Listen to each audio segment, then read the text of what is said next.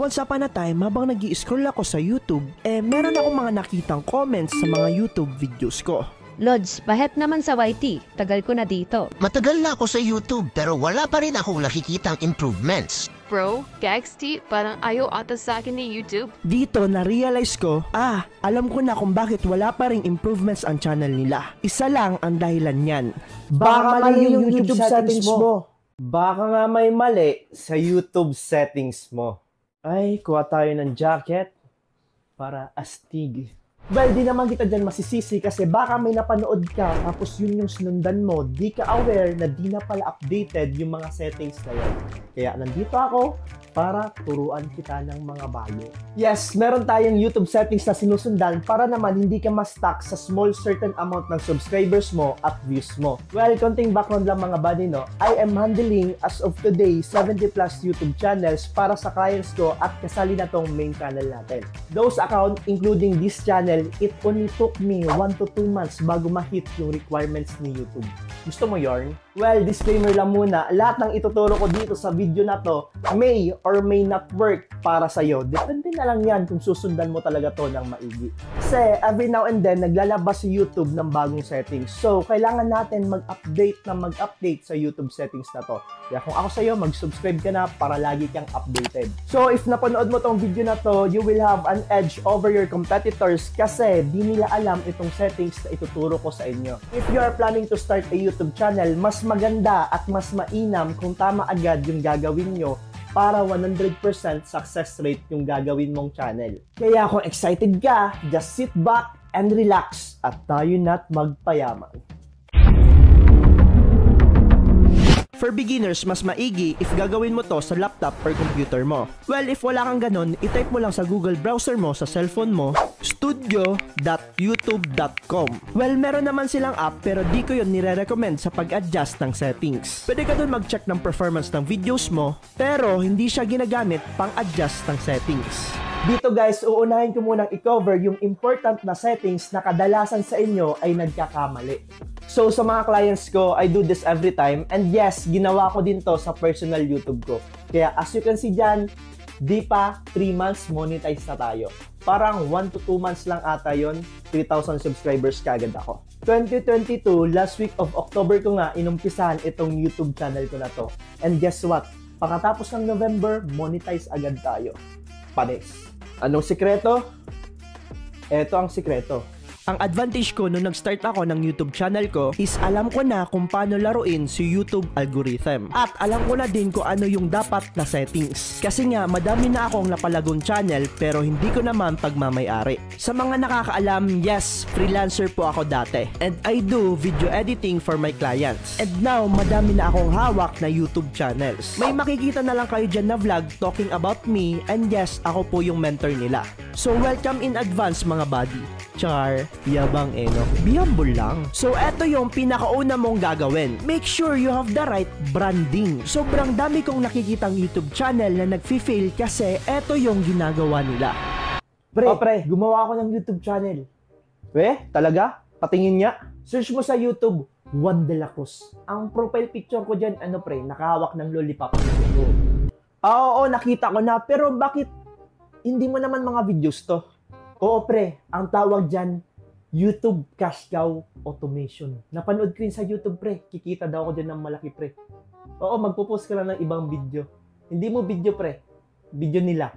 Magpo-post ka lang ng mga motivational videos, tapos kikita ka na. Galing no? Ganon. See? Sino guilty? Yes, pwede kayo mag-post ng motivational videos, pero make sure naman na hindi mukha mo at pangalan mo na andyan sa YouTube channel na ginawa mo. Kasi hindi po Facebook si YouTube. Nilagyan mo na ng DP profile yarn. Imagine, yung mukha mo na andyan tapos content mo is all about motivational videos ng ibang tao. Motivational speaker yarn. Shit. So branding is importante sa YouTube channel mo. If you are going to put your name sa channel mo, just make sure you are following this concept. Number 1, make a video that is all about you or videos that you are involved in. Number 2, if you are making a personal channel, it must be and always be a vlog style that you are involved in. Example nito ay si Kong TV, Alex Gonzaga, Ivana Alawi, and Alexi Chung. Syempre, kasali tayo dyan. Nagigets ba ang punto ko? Ang malupit pa dyan, buddy, isihingi ka pa talaga ng subscriber. Uy, sub to sub tayo. Uy, hug to hug tayo. Wag mo sabihin, guilty ka, no? Di ba? Huli. Tas kamay. Okay lang yan, kaibigan. Alam ko naman na gusto mo lang naman ma-hit yung requirements ni YouTube. Kaya kalmaan mo lang. Pero sinasabi ko na sa inyo, yan ang wag na wag nyong gagawin. Lagi mong tatandaan that your channel must grow organically. Okay? Organically. Naturally. Kung tunay na interesado talaga yung mga madlang people sa videos mo, is papanoorin at papanoorin nila yan without you asking. Okay? At yun mismo ang gusto ni algorithm. Yung siya na ang bahala mag-recommend ng videos mo sa ibang tao. Ang ginagawa kasi ng iba, yung iba hindi ko nilalat, inaagawan mo kasi ng trabaho si YouTube algorithm. Okay? Ikaw yung nagpo-promote eh. Ikaw ba si YouTube algorithm? No-promote mo kasi yung channel mo or video mo sa Facebook group. Tapos sabihin mo, palike naman po, pa-subscribe na mo. Ikaw ba si YouTube algorithm? Ikaw na lang. Sa mga gumagawa pa rin nito, di nyo alam is nasya-shadow ban na kayo. If na-shadow ban na kayo, I recommend you to start a new channel at gawin mo tong sasabihin ko. Second and important step is to make sure your video is optimized. As you can see dito, etong mga videos na to ay may ranking score sa SEO. The higher score you will get, the higher chance na mag-viral yung video mo. So I made a full video talking about this at eto yan, dito mo yan pwedeng mapanood. Nasa channel ko lang yan or isearch mo na lang yung title sa YouTube, lalabas ka agad yan. And make sure to watch all of it. Kasi isa yan sa malaking factor kung bakit wala kang views or na-stuck ka sa certain amount na subscribers.